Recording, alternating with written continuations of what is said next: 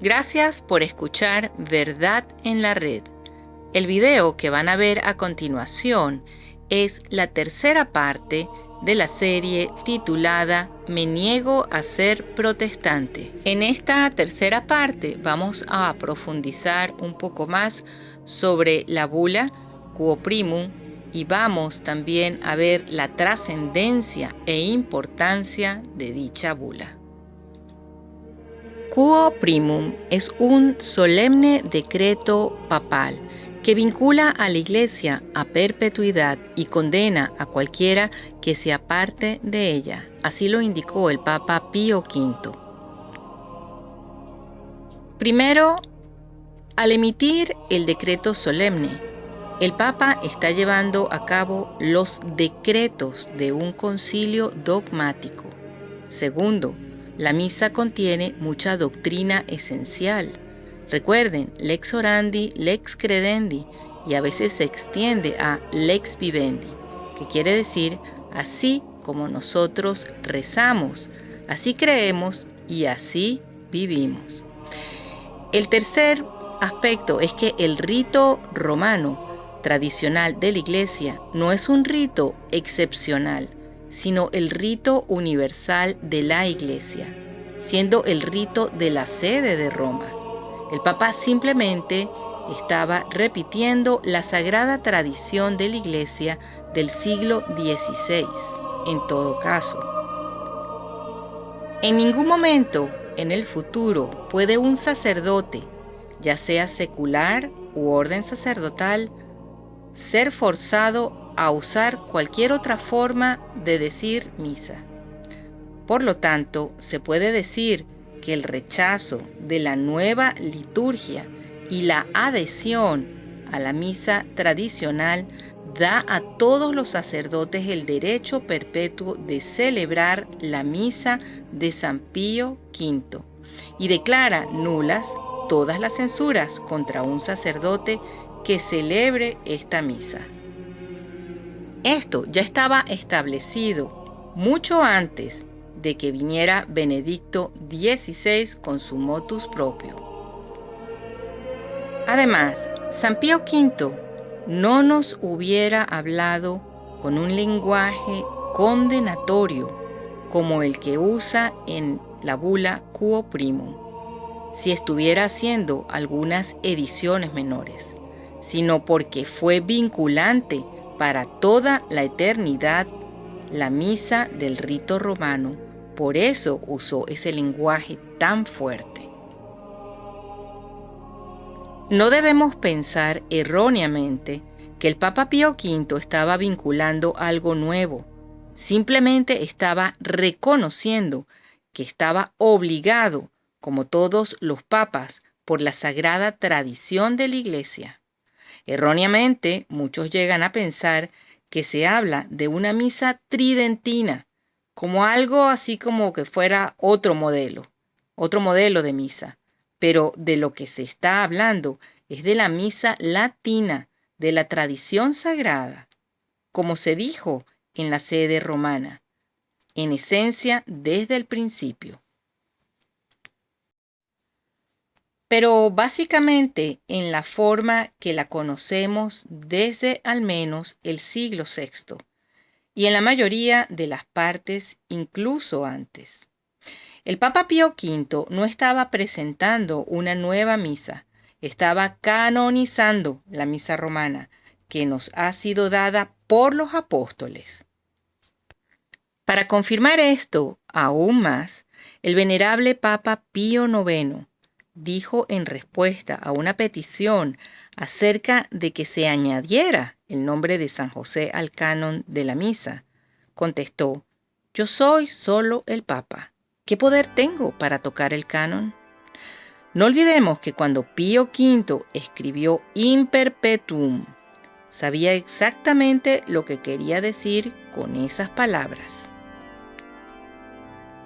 Al declarar ex cátedra que Quo Primum nunca puede ser revocado o modificado, San Pío V definió infaliblemente que Quo Primum es en sí mismo irreformable.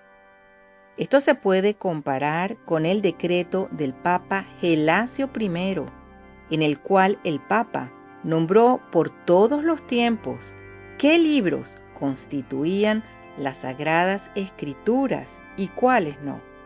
Estaba intentando atar a todos sus sucesores al mismo conjunto de libros bíblicos. Por supuesto que sí.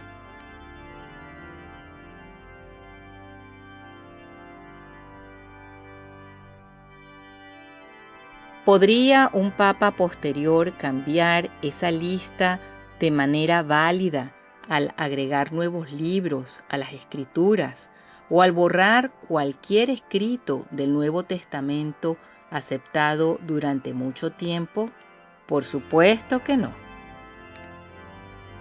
La unificación de las Escrituras en ese punto se parece muy claramente a la unificación de la liturgia bajo Pío V.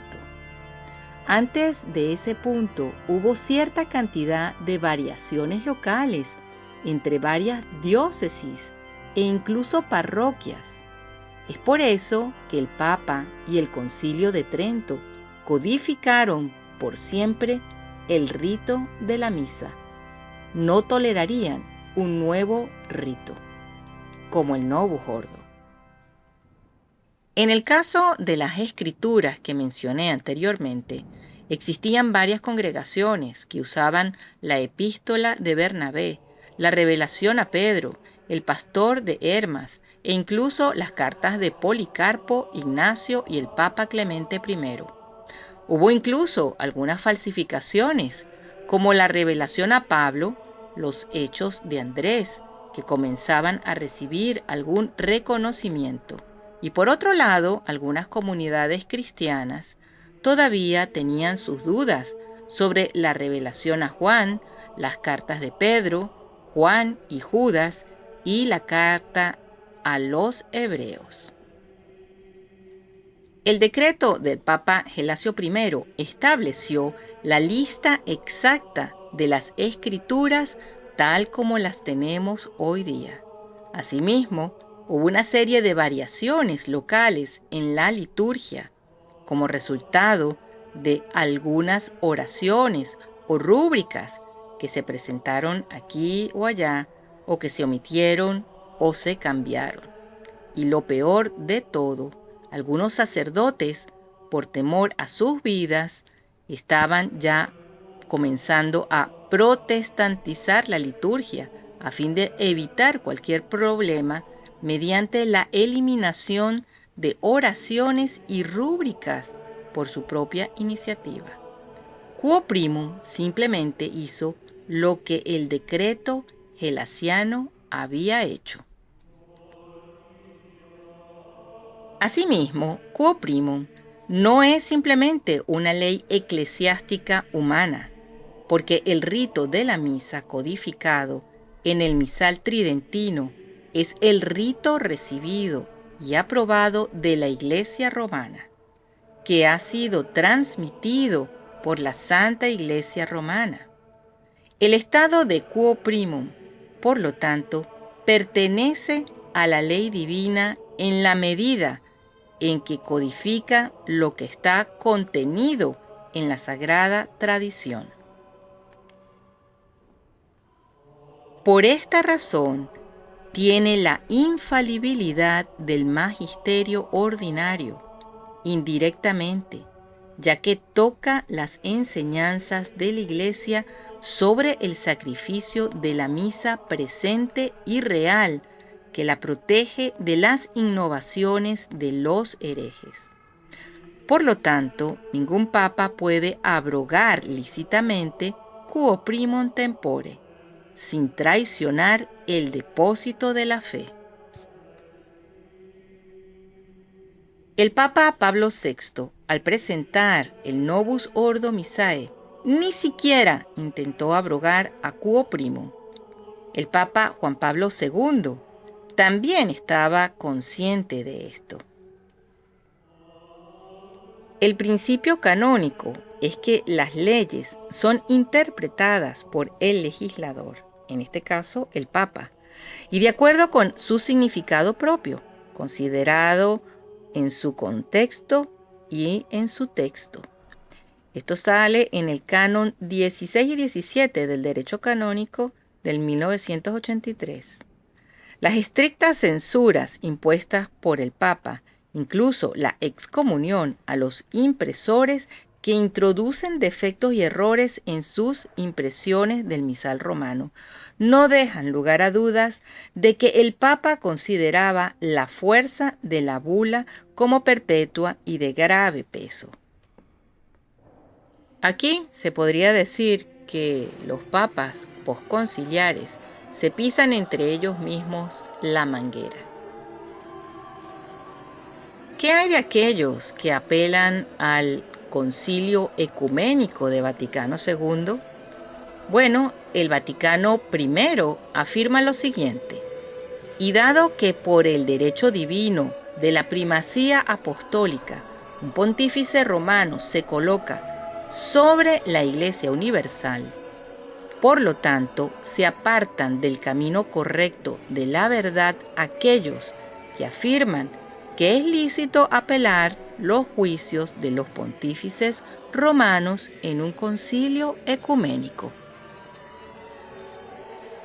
Por lo tanto, una apelación a los fieles papas, como el Papa Pablo III, Julio III, Gregorio XVI, Pío IX, León XIII, Pío X, Pío XI y Pío XII, a un concilio ecuménico, el Vaticano II, con una autoridad mayor que los papas, es claramente una violación de Vaticano I y coloca a tales personajes bajo su dura condena. La misa romana se remonta a los tiempos apostólicos, específicamente desde el momento de los santos Pedro y Pablo en Roma. El latín tradicionalmente fue usado en los primeros tiempos por San Pedro y San Pablo cuando estuvieron en Roma antes de su martirio, cimentando el rito romano. Las excavaciones en Pompeya, que se conservaron in situ o en el sitio, como se dice, cuando estalló el Vesubio en el año 79 después de Cristo, muestran evidencia de que la liturgia cristiana ya se estaba celebrando en latín en Italia. La misa latina en sí no cambió, o por lo menos no drásticamente, hasta el 1500, como dirán algunos. Cambió muy poco desde el Papa San Gregorio Magno, alrededor del 600, y relativamente poco durante al menos 3 siglos antes de eso. Sin embargo, el Novus Ordo ha cambiado la misa por completo. Los cambios van más allá del uso de la lengua vernácula. La forma real de la consagración ha sido cambiada. Es con Benedicto que se corrigió la palabra por todos a por muchos. Sabrá Dios cuántas misas inválidas y desoladas habremos asistido. El canon de la misa, que según el Concilio de Trento no puede ser eliminado, ha sido destruido. Un estudio que se hizo acerca de las oraciones de la misa tradicional versus la nueva misa revela una masacre de la fe tradicional. La misa tradicional contiene 1182 oraciones. Cerca de 760 de ellas fueron eliminadas completamente en la nueva misa. Aproximadamente el 36% de lo que se mantuvo. Los que la revisaron alteraron más de la mitad antes de introducir el nuevo misal. Por lo tanto, solo el 17% de las oraciones de la misa tradicional se mantuvieron intactas en la nueva misa. La misa romana tradicional, en todos sus elementos esenciales, fue transmitida por San Pedro, el primer papa, a la Iglesia. Fue, según San Ambrosio, elaborada por los mismos apóstoles y alcanzó su perfección completa con los papas San Damaso y San Gregorio Magno. Según la opinión común de teólogos católicos a lo largo de los siglos, cualquier papa que deseara derrocar los ritos de la Iglesia basados en la tradición apostólica se convertiría en un cismático, no para ser obedecido. Y esto lo dice el gran teólogo Francisco Suárez. La misa Novus Ordo ha creado dentro de los corazones y mentes de los católicos un indiferentismo religioso. Le abrió la puerta a influencias protestantes, como lo podemos constatar con el movimiento de la renovación carismática, influencia pentecostal, donde su asentamiento está en la sensibilidad del individuo y no en la seguridad de la verdadera fe. Si bien pudiese proporcionar una gracia momentánea, no pasa más allá de eso, pues los individuos se quedan atrapados en puras expectativas sensibles, reafirmando una autonomía en supuestos dones que muchas veces son un engaño. Muchas de las personas que imponen las manos para y que liberar viven ellas mismas en situaciones de pecado mortal. Y bien sabemos que el Espíritu Santo solo viene a aquellos que le obedecen. Le obedecen a Él, no a cualquier cambio propuesto por otros, aunque sea del Papa. La liberación verdadera la consigues con una sincera y contrita confesión sacramental y un propósito de cambio de vida total.